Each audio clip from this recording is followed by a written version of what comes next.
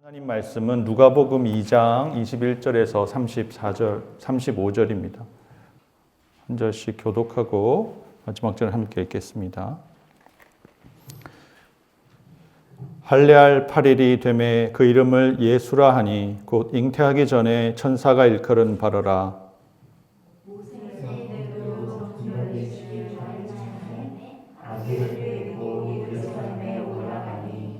이는 주의 율법에 쓴 바 첫 해 처음 난 남자마다 주의 거룩한 자라 하리라 한 대로 아기를 주께 드리고 또 주의 율법에 말씀하신 대로 산비둘기 한 쌍이나 혹은 어린 집비둘기 둘로 제사하려 함이라. 예루살렘에 시몬이라 하는 사람이 있으니 이 사람은 의롭고 경건하여 이스라엘의 위로를 기다리는 자라. 성령이 그 위에 계시더라. 그와 주의 기술을 보기 전에 죽지 아니하리라. 성령의 지시를 받았느니 성령의 감동으로 성전에 들어가매 마침 부모가 율법의 관례대로 행하고자 하여 그 아기 예수를 데리고 오는지라. 시몬이 아기를 안고 하나님을 찬송하며 이르되 주제여 이제는 말씀하신 대로 종을 평안히 놓아 주시는도다. 내 눈이 주의 구원을 보았사오니 이는 만민 앞에 예비하신 것이요 이방을 비추는 빛이요 주의 백성 이스라엘의 영광이니라. 그의 부모가 그에 대한 말들을 놀랍게 여기더라. 시몬이 그대에게 족하고 그의 어머니 마리아에게 말하여 이르되 보라 이는 이스라엘 중 많은 사람을 태어나 흥하게 하며 비방을 받는 흔적이 있게 하여 소리하고 같이 읽겠습니다. 또 칼이 내 마음을 찌르듯 하리니 이는 여러 사람의 마음의 생각을 드러내려 함이니라. 더라. 아멘. 할렐루야. 네. 우리 누가복음에는 우리가 이미 살펴보았지만 예수님의 어린 시절 이야기의 세 편의 찬양이 소개되어 있습니다. 마리아의 찬양, 마그니피카트, 또 스가랴의 찬양, 베네딕투스, 그리고 오늘 시몬의 찬양, 눅크 디미티스가 바로 그것입니다. 오늘은 이 세 번째 찬양을 부른 시몬에 대해서 함께 묵상해 보려고 합니다. 오늘 이 사건의 시몬과 예수님의 만남의 배경이 되는 것은 8일째 벌어지는 할례식이 아니고 40일째 벌어진 이 정결례와 헌화식이었습니다. 율법에 따르면 8일 만에 남자아이들은 다 할례를 받아야 했는데 그때 예수님의 이름을, 이 아기의 이름을 예수라, 천사를 통해서 이미 들은 바 있잖아요. 요셉에게 그리고 또 마리아에게 각각 주어진 이 이름으로 이 아기를 예수라고 이름을 붙였고, 그리고 또 40일, 난지 40일 만에 레위기 12장의 율법에 따라서 남자아이는 33일, 여자아이는 66일 이렇게 해서요. 실제로는 남자아이의 경우에 40일 정결례를 행합니다. 이제 비로소 부정한 것을 벗어나서 제사의 자리에, 예배의 자리에 나갈 수가 있는 것이고, 그때 특별히 이 예수는 요셉과 마리아 가정의 첫 아들이거든요. 초태생이에요. 사실 조금 이런, 저 같은 경우에 부모님이 성경을 잘못 이해해서 일종 폐가 있지만 주님께 주의 종으로 드리겠다고 했거든요. 근데 저는 초태생은 아닙니다. 누나가 있기 때문에.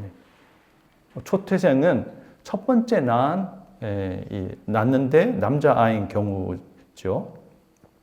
근데 이 첫 아들이기 때문에, 처음 낳았고 아들이기 때문에 이 아이는 다 주님께 속한 것이다 해서 대신에 이 속전을 드려야 됐어요. 주님께. 레위인이 이 이스라엘 민족의 장자 역할을 대신했는데, 대신에 그에 관해서 그렇게 하나님 앞에 아이를 드리는 예식을 이제 행하는 때, 이때 시몬이 이 아기 예수를 마침 성전에서 만나게 되는 겁니다.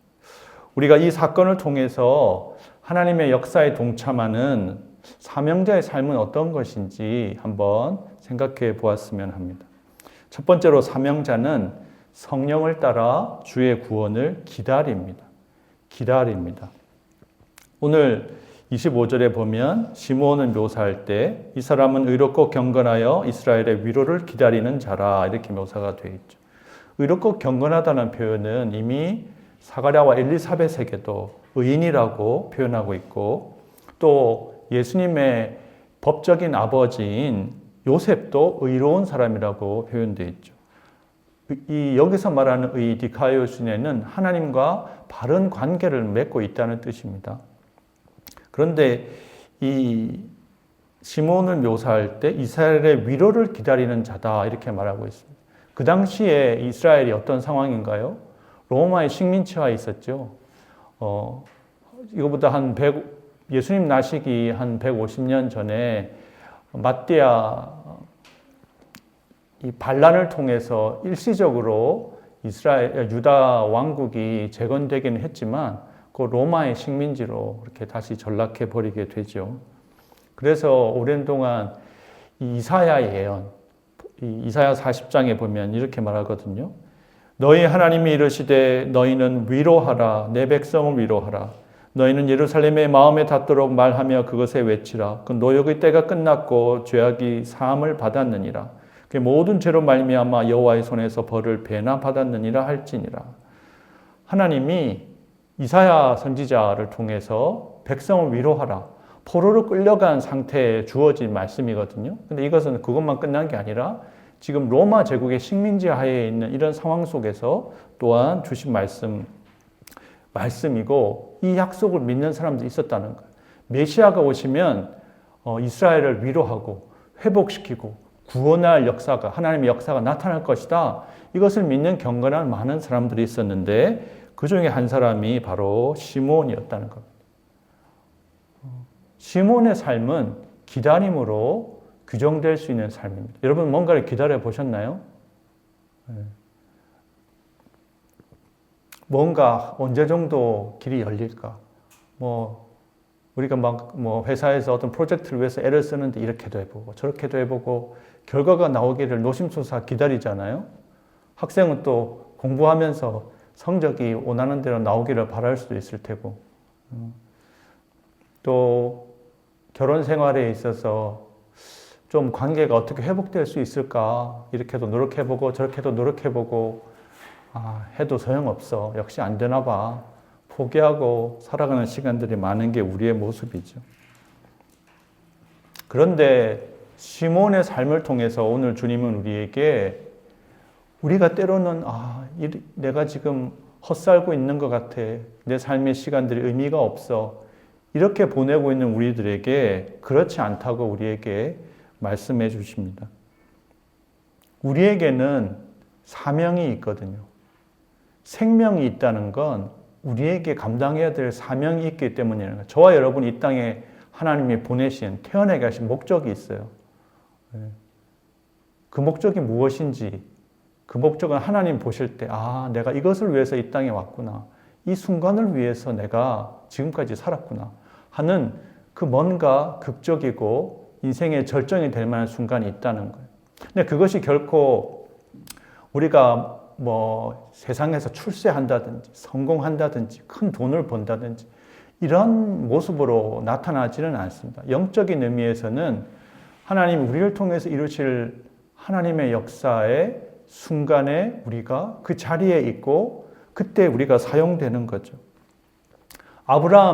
사실 믿음의 조상 아브라함은 우리가 아다시피 75세의 부름을 받았잖아요. 근데 하나님이 너를 통해서 아들을 줄 것이고 그 아들을 통해서 모든 민족이 너의 후손을 통해서 모든 민족이 복을 받게 될 것이다 그랬는데 그 아들이 태어나기까지 후손이 태어나기까지 25년이라는 세월을 기다려야 했습니다. 근데 그 기다림의 시간에 아브라함이 우리가 성경을 내용을 알지만 그렇게 막 믿음을 잘 지킨 것 같지 않아요. 많이 흔들리잖아요. 그래서 하나님이 아들을 주겠다 그랬는데 처음에는 그냥 내 종 다메섹 엘리에셀이나 내 후계자를 삼겠습니다 이랬다가 아니야 네 아들을 통해 줄 거야 그랬더니 또 사라의 이야기를 듣고 하갈, 애굽 하녀인 하갈을 통해서 아들을 얻어가지고 이 아들이 하나님이 주신 아들이라고 그렇게 간주하게 만들려고 했는데 그것도 아니었잖아요. 사라를 통해서, 아이를 못 낳는 사라를 통해서 너에게 후손을 줄 거다. 이게 24년 지난 다음에 내년에 가서야 사라를 통해서 아이가 태어날 거다라고 말씀해 주셨죠. 그래서 마침내 25년 만에 이삭을 얻었습니다. 모세의 경우도 우리가 보면요. 모세의 삶이 어땠어요? 모세가 120년 살았거든요. 근데 어떻게 보면 80년은 그냥 허송세월 한 것처럼 보네요. 왜냐하면 40세까지는 애굽의 왕자로 지내다가 사건에 의해서 그가 도망자의 신세로, 살인자의 신세로 도망가서 미디안 광야에서 40년간 아무도 그의 존재를 알지 못하게 숨어서 살았잖아요. 그 인생은 이제 어떻게 끝났다고 생각했겠죠. 근데 80세 하나님이 그를 불렀다는 거예요. 그래서 그 인생의 마지막 40년, 후반기 3분의 1을 그렇게 사용했다는 거예요. 또 그 갈렙의 경우에도 여호수아와 함께 유일하게 약속의 땅으로 들어간 그런 용사였잖아요. 40년을 광야에서 고생을 했는데 85세 때 갔더니 또 사명이 있는 거예요. 이 가나안 땅을 정복해야 되는 사명이 있는데 이 이스라엘 백성들이 여전히 두려워하고 다음 세대들은 전쟁을 제대로 겪어보지 못한 세대들이 있으니까 85세의 나이에 앞장서잖아요. 앞장서가지고 이 산지를 내게 주십시오. 가장 힘든 헤브론 상지를 자기가 차지하겠다고, 정복하겠다고 나서고 그 앞에 그 나이가 85세였습니다. 성경에 또 다니엘 같은 경우에는요, 다니엘도 80대의 나이에 종말에 있을 예언의 말씀, 환상과 꿈들을 받았고요. 또 오늘 시몬도 그렇고 우리가 앞에 봤던 사가랴와 엘리사벳의 경우도 노년의 나이에 하나님의 구원의 역사에 부름을 받았다는 거죠. 시몬이 오늘 이 순간에 오기까지 그 삶을 어떻게 보냈을까요? 그의 삶에 어떤 일들이 있었을까요? 성경은 시몬에 관해서는 아무것도 기록하고 있지 않습니다. 다만 결정적인 장면, 그 순간을 기록하고 있다는 거죠. 그때까지 이 시몬이 기다릴 수 있었던 것은 성령님의 인도하심과 지시하심을 받았기 때문이죠. 시몬이라고 해서 낙심하고 좌절하지 않을 때가 없었을까요? 그리스도를, 메시아를 보내주신다고 했는데 언제야? 나 이제 죽을 날이 얼마 안 남았는데. 여러분들은 그런 생각 하시지 않나요?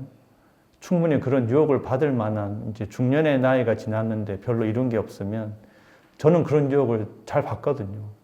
이제 남은 인생에 뭐 할 수 있을까? 이런 생각이 들 때들이 가끔 있는데요.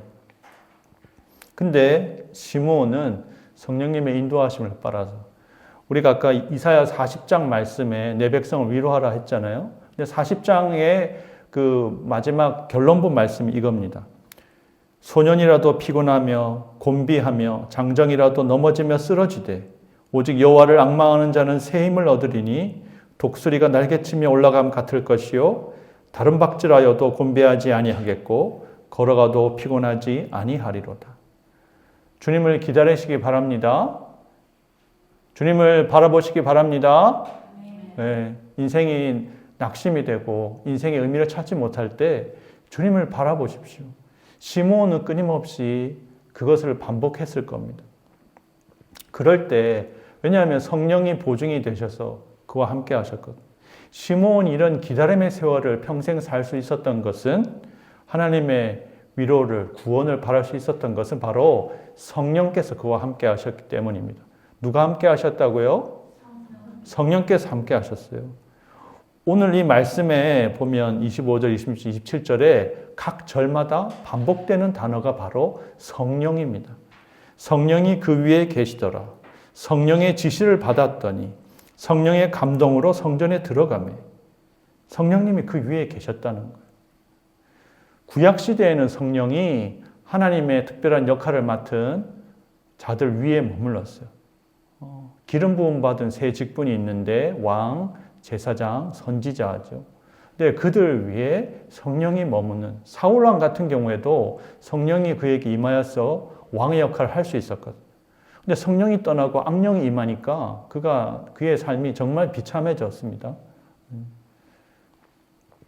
다윗의 경우에도 성령이 임하였죠. 기름 부음 받은 성령이 임하였고요. 선지자들도 마찬가지였습니다. 근데 신약에 와서는 성령이 우리 위에 임하는 게 아니고 이 위에 임한 성령은 사역을 하다가 못하면 떠나시기도 하거든요. 그런데 신약에서는 성령이 우리 안에 내주하신다고 말합니다. 우리 안에 계신다고. 저와 여러분 안에 성령님이 계심을 믿으십니까? 우리 안에 성령님이 계세요. 성령이 없으면 그리스도인이 아니에요. 성령이 없으면 우리가 하나님을 아버지라고 부를 수도 없고 예수님을 구주라고 부를 수도 없어요.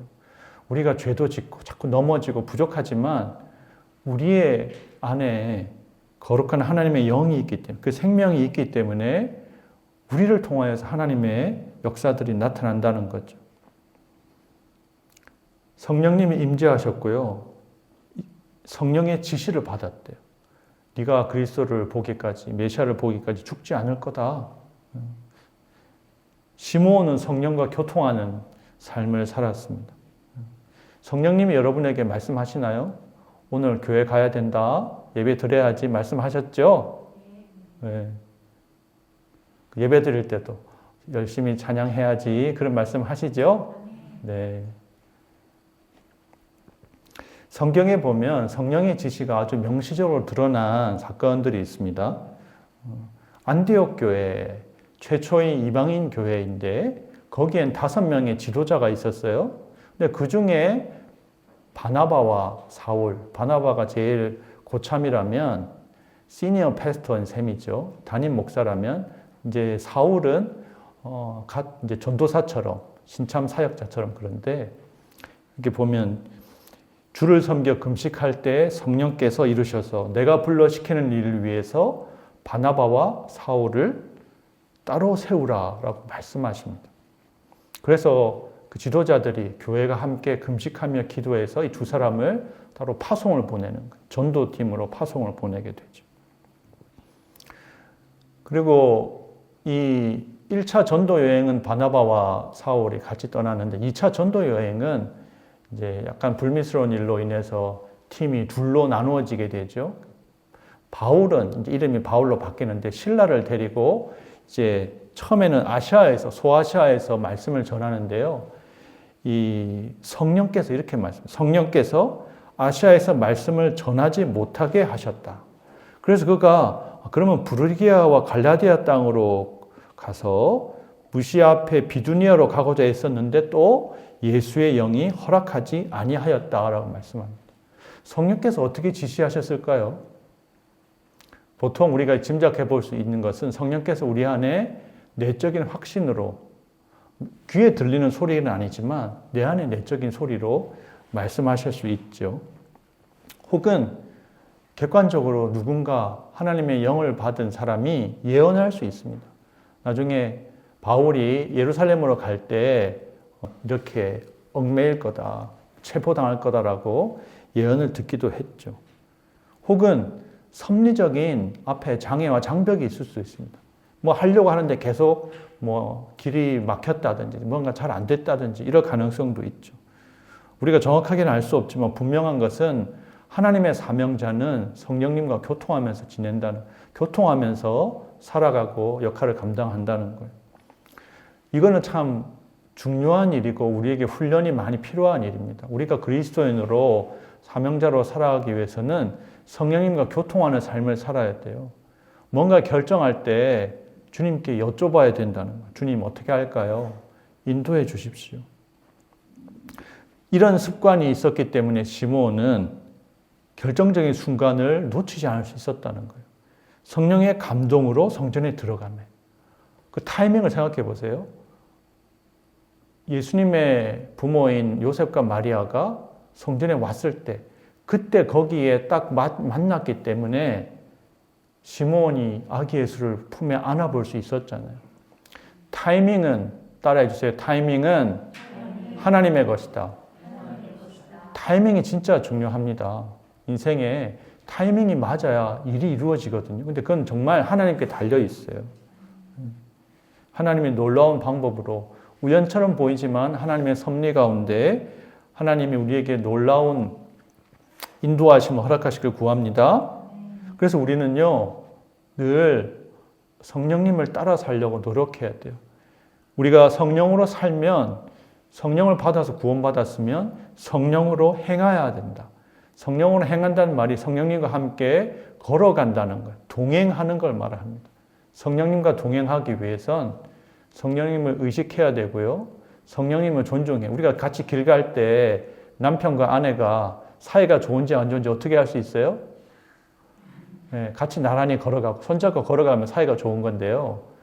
남편과 아내는 길 갈 때는 사이가 안 좋으면 따로 가요. 저 원칙하고 아내가 어디 있는지 남편이 어디 신경도 안 쓰잖아요. 근데 주님하고도 사실 어떤 점에서 그럴지도 몰라요. 주님이 우리와 함께 하시는데 내 안에 계신 주님, 나와 동행하신 주님을 우리가 망각하고 그냥 마음대로 살아가는, 마치 성령님 우리 안에 계시지 않은 것처럼. 사명자는 우리 안에 계신 성령님을 의식해야 돼요. 내 안에 계신 성령님 뭘 원하실까? 성령님은 놀랍게도 우리에게 평안을 주시고 위로를 주시고 확신을 주시는 분이거든요. 근데 우리 안에 불안이 있고 염려가 있고, 우리가 찬양 시간에 주 없이 살 수 없는 그 찬양을 같이 불렀는데 이번 주에는 제가 죽음에 대해서 많이 생각해 보게 됐어요. 그러면서 내 속에 있는 두려움들, 염려들이 있더라고요. 그럴 때 어떻게 해야 돼요? 그 염려를 주님께 아뢰고 맡겨야죠. 염려한다고 어떻게 할 수 있나요? 어떻게 할 수 없어요. 주님께 맡기는 거죠. 그럴 때 주님이 우리 가운데 평안을 주시고 위로를 주실 줄 믿습니다. 예. 우리 인생의 일은요, 힘으로도 되지 않고 능으로도 되지 않고 오직 하나님의 영으로 되는 줄 믿습니다. 그 사실을 늘 기억해야 돼요. 뭔가 안 될 때마다 성령님 도와주세요. 회사에서 일을 할 때도 공부할 때도 내가 혼자 하는 게 아니라 주님과 함께 해야 된다는 거죠. 시므온은 성령님과 동행했기 때문에 평생의 기다림의 삶을 살 수 있었어요. 시므온이 어떤 사람인지 우리는 잘 모르죠. 인생을 산 니고데모처럼 아주 잘 알려진 유명한 종교인이 아니었을지도 몰라요. 그냥 가난하게 하루 벌어 하루 먹고 사는 이런 사람이었을지도 모릅니다. 그렇지만 중요한 것은 그는 성령님의 약속하신 것을 이루실, 하나님이 약속하신 것을 이루실 그날을 기대했다는 거예요. 두 번째로, 그래서 사명자는 성령의 능력으로 주의 구원을 증거할 수 있습니다.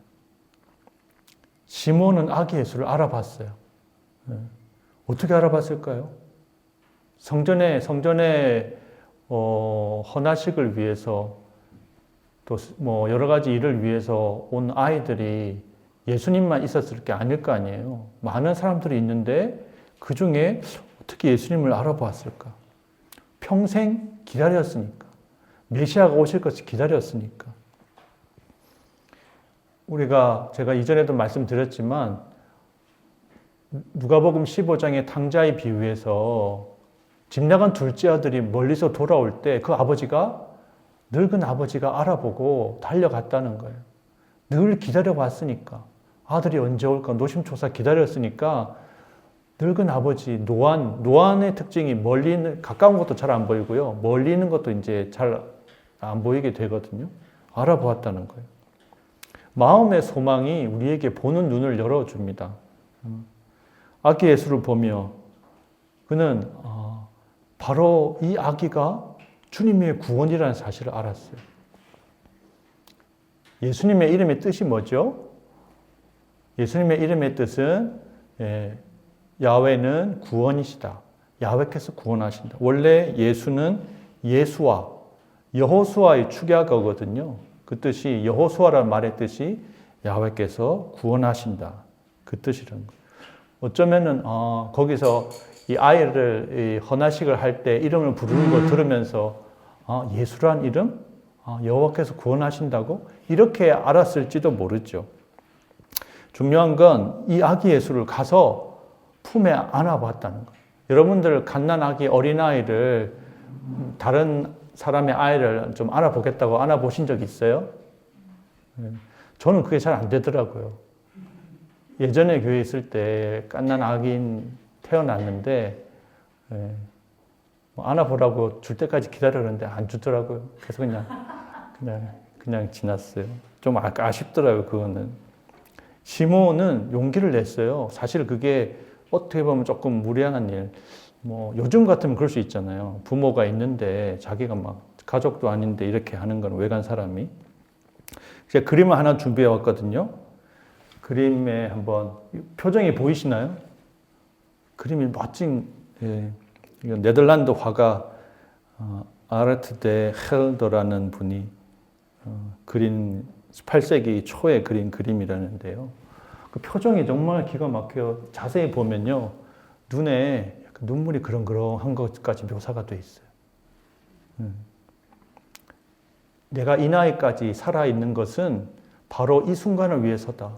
이 아기 예수를 주의 구원의 메시아의 현현을 내가 보기 위해서구나. 너무나 마음에 감격이 막 벅차오르는 모습이 있는 거죠. 그래서 시몬이 그 유명한 눅 디미티스 주제여 쟤는 주께서를 놓아주시는구나. 그 찬양을 하게 되는데요. 여러분들 백조의 노래 혹시 들어보셨나요? 그 고대인들은 백조가 평소에는 소리를 내지 않지만 죽기 전에 한번 아름다운 목소리로 노래한다고 그렇게 믿었습니다. 플라톤의 파이돈에 이런 구절이 있습니다. 백조는 죽음을 예견하고 그것을 슬퍼하지 않고 오히려 죽음을 찬미하여 마지막으로 노래한다. 딱 이 시몬의 이 마지막 눅 디미티스가 백조의 노래 같다는 생각이 들었어요. 그리스도를 보기까지 죽지 않겠다. 그 말은 뭔가 하면 그리스도를 보면 이제 죽는 거예요. 이게 이제 굉장히 그리스 로마 신화 같은 데 보면 부정적인 비극적인 장면으로 묘사하는 그런 스토리들도 있지만 우리는 사명로에서 살다가 사명을 감당하면 죽는 거거든요. 우리에게 죽음은 더 이상 두려운 것이 아니라는 거예요. 이제 사명을 마치고 우리가 하나님 앞에 가는 거니까. 우리 믿음의 경주를 마쳤다는 거니까. 그때까지 열심히 달려가시기 원합니다. 우리 앞에 사명이 있고요. 마지막 순간. 그때 이렇게 멋있게 시몬처럼 우리가 하나님을 찬양하고 그 구원을 증거할 수 있다면 평생의 삶에 세상적으로 아무것도 이룬 게 없어도 전혀 문제가 되지 않아요. 사실 이 순간에 시몬이 그렇게 하는 것도 얼마나 많은 사람들이 이것을 대단한 사건으로 여겼겠어요. 그렇지만 시몬의 예언을 들은 그 예수님의 부모님은 이 사실을 마음에 품고 있었겠죠. 죽어도 이제 여한이 없습니다. 논어에도 이런 표현이 있잖아요. 논어 2인편에 조문도면 석사가이다. 아침에 도를 깨달으면 저녁엔 죽어도 좋다. 이런 고백이 연결될 수 있을 것 같은데요.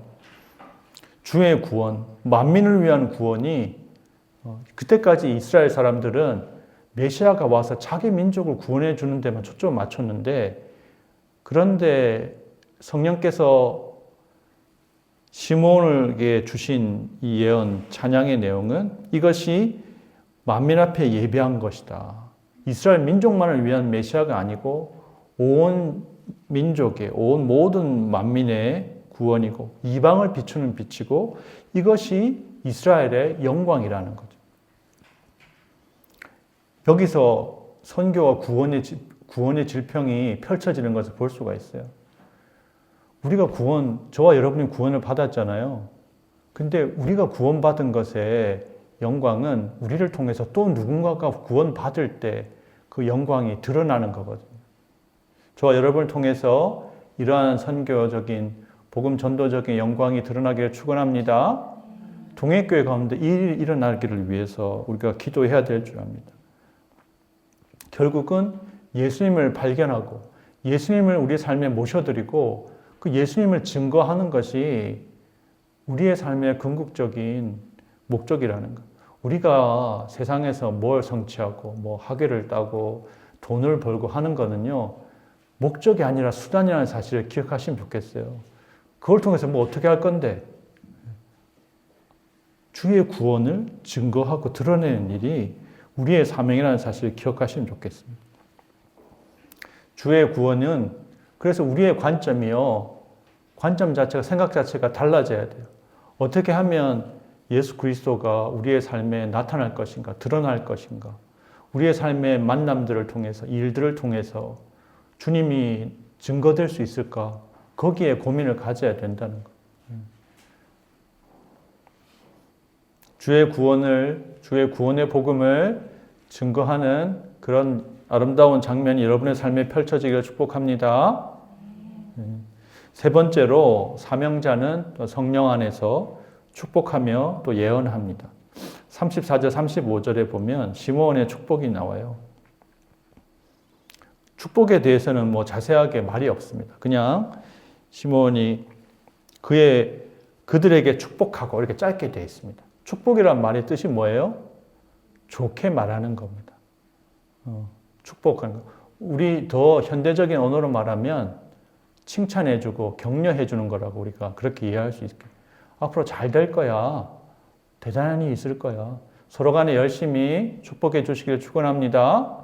네. 축복이 왜 중요한가 하면 이런 축복의 말, 격려의 말, 이런 것들을 통해서 우리의 관계가 의미 있게 만들어져 가고 하나님이 말씀하시고 일할 수 있는 바탕이 만들어진다는 거예요. 사실 이 말씀에서 핵심은 축복은 내용도 없고 그냥 축복하고 끝났잖아요. 근데 그 다음에 전체 내용은 보면 굉장히 불편한 진실이라고 해야 될까요? 굉장히 딱딱한 남들한테 하기 어려운 말이에요. 34절, 35절의 내용. 보라, 이는 이스라엘 중 많은 사람을 패하거나 흥하게 하며 비방을 받는 표적이 되기 위하여 세움을 받았고 또 칼이 내 마음 찌르듯 하리니 이는 여러 사람의 마음과 마음의 생각을 드러내려 함이니라. 이 아이가 커가지고요, 모든 사람에게 사랑을 받을 거예요, 이렇게 이야기한 게 아니에요. 이 아이를 사랑하는 사람도 있겠지만 이 아이 때문에 불편하고 힘들어하는 사람들이 있을 거예요. 이 아이 때문에 어떤 사람은 흥하겠지만 어떤 사람은 망할 거예요. 또 이 아이의 미래 때문에 이 아이가 많은 비난과 비방을 받을 거예요. 이게 축복이라고 할 수 있어요? 좋은 말은 아니잖아요. 냉혹한 현실을, 미래를, 펼쳐질 미래를 가감없이 전하는 거예요. 그런데 우리가 기억해야 될 것은요, 그래서 이 축복과 예언 중에 축복이, 이거는 하나님께 하는 찬양과 증거가 아니고 예수님의 부모에게 하는 이야기잖아요. 옳은 말, 고든 말을 하려면 그 사람한테 9번 좋은 말을 해주고 1번 정도 입 바른 말을 해줘야 돼요. 근데 이게 보통 우리가 그렇게 잘 못하잖아요. 입 바른 말을 잘하는 분들은 칭찬하는데 상대적으로 바른 말 하기가 급하니까 적어도 최소한 9대1의 비율을 지켜야 예언이라는 게 먹혀들 수 있다는 거예요. 옳은 말이 들릴 수 있어요. 사실 시몬이 기억된 것은 어떤 점에서 이 마리아의 마음에 박힌 이 예언 때문이겠죠. 이 예언이라는 건 말씀을 그 사람에게 적용하는 것, 미래에 대해서 이야기하는 분도 있지만요. 예수님 이 땅에 오셔서 산 삶, 예수님에 대해서도 우리가 사실 성경을 읽어보지 않은 사람들이 예수님에 대해서 낭만적인 생각을 가지고 있어요. 예수님은 언제나 사랑하고 위로해주고 이럴 거라고만 생각하죠. 성경을 읽어보면, 복음서를 읽어보면 그렇지 않다는 거 알아요. 예수님이 그렇지만은 않아요. 예수님 굉장히 세게 말씀하실 때도 많거든요.